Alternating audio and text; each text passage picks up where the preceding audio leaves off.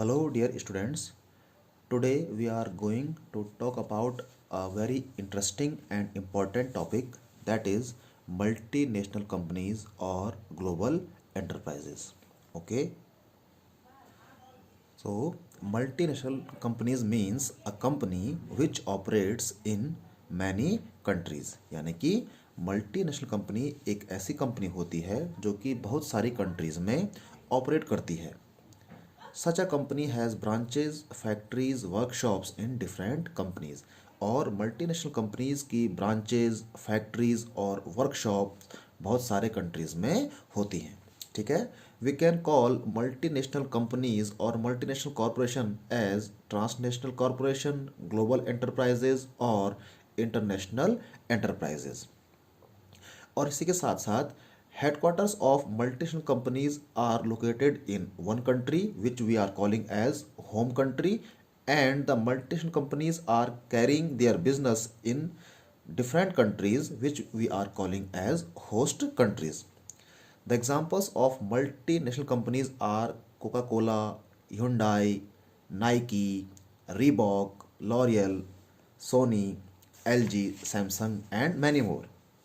So the headquarter of Coca-Cola company is in USA, but it is operating in many countries like India, England, Australia, Japan.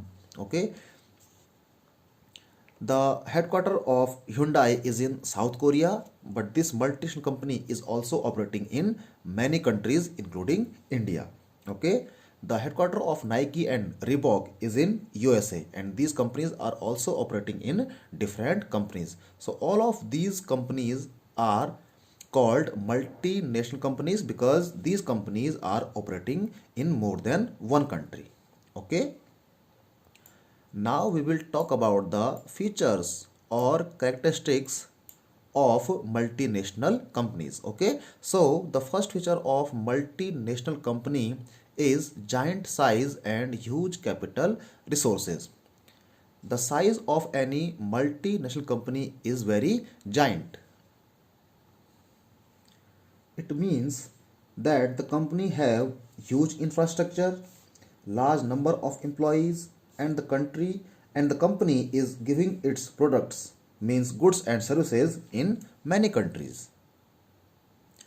Any multinational company have huge capital resources means the multinational company is dealing in billions and trillions. Okay. The next feature of multinational company is centralized control. इसका मतलब ये है कि किसी company का जहाँ headquarter होगा वो कंपनी के हेडक्वार्टर से ही जितने भी उस कंपनी के ऑफिसेज, चाहे वो किसी भी डिफरेंट कंट्री में हो, इस हेडक्वार्टर से ही वो सारे ऑफिसेज, वो सारे वर्कशॉप्स, वो सारे ऑफिसेज रेगुलेट होंगे या कंट्रोल होंगे और मैनेज होंगे. Okay. For example, if the headquarter of company Coca-Cola is in USA, then all the branches and offices of this company have to follow the policies and rules which are made by the headquarters. Okay. The third feature of multinational companies is advanced technology. Any multinational company have the latest and advanced technology, due to which these companies provide world-class products to its customers. And the multinational companies employ capital-intensive technology and innovative techniques of production. यानी कि multinational companies ऐसी technologies का use करती हैं जिनमें बहुत ज़्यादा money invested रहता है, और ये ट्रांसनेशनल कंपनीज प्रोडक्शन के इनोवेटिव टेक्निक्स को अपनाती हैं. Okay. Now the next feature of global enterprises is expansion of market territory.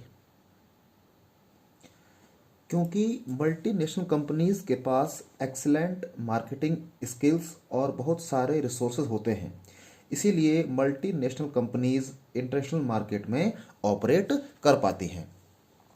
Multinational companies इसी वजह से अपने प्रोडक्ट्स, गुड्स और सर्विसेज को डिफरेंट कंट्रीज में सेल कर पाती हैं और ग्लोबल इंटरप्राइजेज की ब्रांचेज, फैक्ट्रीज, ऑफिसेज ये इसी कारण से बहुत सारे कंट्रीज में होते हैं। ठीक है। Next is oligopolistic power. Oligopolistic power का मतलब हुआ कि कुछ ही कंपनी के हाथ में पावर का होना। तो क्योंकि मल्टीनेशनल कंपनीज बहुत बड़ी होती हैं, इनका जाइंट साइज होता है, इनके पास पैसा बहुत ज़्यादा होता है, इसीलिए ये कंपनीज अदर जो छोटी कंपनीज हैं उनको एक्वायर कर लेती हैं ताकि वो इंटरनेशनल मार्केट में एक डोमिनेटिंग पोजीशन में आ जाए। ओके। इसका एग्जांपल है जैसे कि हिंदुस्तान यूनिलीवर लिमिटेड जो है उसने ऑयल मिल्स और पॉन्ड्स इंडिया को एक्वायर कर लिया इंटरनेशनल मार्केट में अपने मार्केट शेयर को बढ़ाने के लिए। Okay. Next is product innovation. These multinational companies invest a huge amount of money in their research and development, due to which these companies are able to make innovations in their products, and due to which the sales of the products of these companies is very much as compared to the other companies. The next feature of global enterprises is marketing strategies. Global enterprises marketing में बहुत ज़्यादा पैसे को खर्च करती हैं। ये enterprises aggressive marketing strategies को अपनाती हैं जिससे कि एक मल्टीनेशनल कंपनीज कम टाइम में ही अपनी सेल्स को बहुत ज़्यादा बढ़ा देते हैं। और ये मल्टीनेशनल कंपनीज की जो एडवर्टाइजिंग और सेल्स प्रमोशनल टेक्निक्स या एक्टिविटीज़ होती हैं वो बहुत ज़्यादा इफ़ेक्टिव होती हैं। Okay. And last is the foreign collaboration.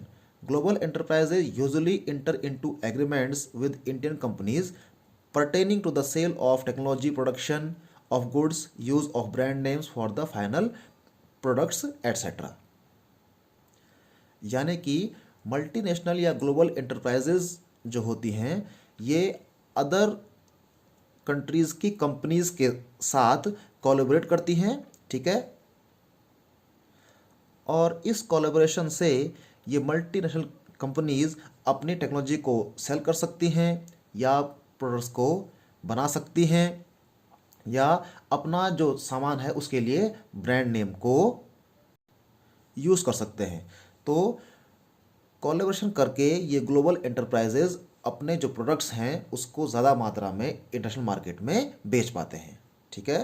So dear students, these were some of the features of the global enterprises or multinational companies. Okay, so you should memorize these features of global enterprises. Okay, thank you.